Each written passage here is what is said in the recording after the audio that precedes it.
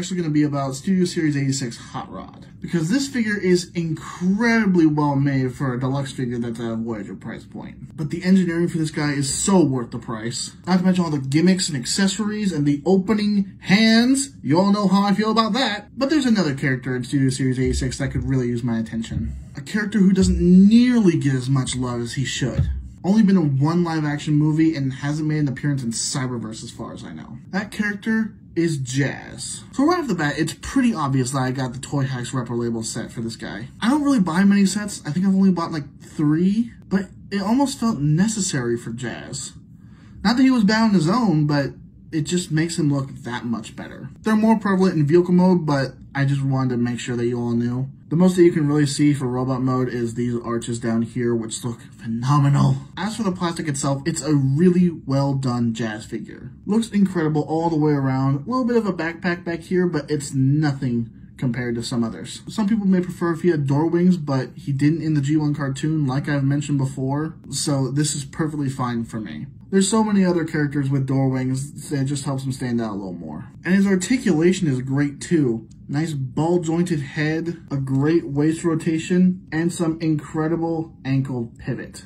No rotation at the wrist, unfortunately, but not every modern figure needs to have wrist rotation. Huffer is still good and he doesn't, so bit of a gap there in the arms and in the back of the legs, but they don't really bother me that much. But if it does bother you guys, there's always something to fill it. He has a nice looking silver gun that's very G1-esque. Looks great holding it in his hand, obviously.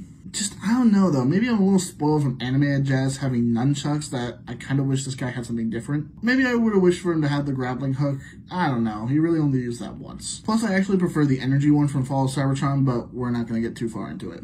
Anyway, this guy can pose great, and you guys have seen how well I can animate with him. His walk cycle is incredible. Actually, wait a second, I want to see how well this works. Sick.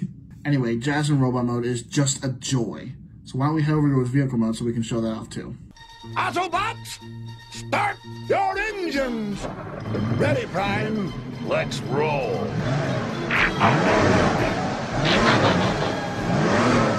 And the vehicle mode, just like robot mode, looks absolutely incredible. And it's here where you can see the repro labels really shine through. The stripe going all the way down, the better looking stripe and blue going down this way. The Martini logo on the spoiler, the better looking windows, the correct number on the side of the vehicle. I mean, I get what 14 was supposed to be going for, but Jazz is 4. And of course, all these little sponsorships that just look really nice. Again, I didn't have much of a problem before, but these stickers just make him look so much better in my opinion. Also, like many reviewers have said before, be very, very careful with him.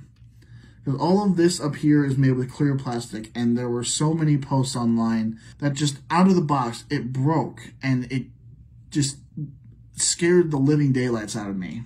Mine seems to have been fine, but, you know, kid gloves and all that, it's a shame, but it doesn't take away too much, in my opinion. Like I said, I've been really lucky, so maybe I'm a little biased, but I don't know, just be very careful, guys. Anyways, yes, a wonderful little alt mode for a wonderful little toy. I know some people say that he's not the best Studio Series 86 figure, but come on, I will much rather take this over whatever the hell the other figures were doing. Look at Cup! Look at Blur! In my opinion, those things look horrendous. No shade to anybody who prefers those over the other figures that we've gotten of the characters, but I will 100% stick with the Generations Cup and Time's Return Blur for my definitive collection. Again, y'all do you, just in my opinion, those Studio Series 86 versions of the characters look ugly as hell. Anyway, overall, this is a fantastic Jazz figure, and he's going to be my definitive Jazz figure for years to come. One of the best Jazz toys that we've ever gotten. Anyway, that's been another review from me, guys. Thank you all very much for watching. I've been 01 Trans Fan, the #1.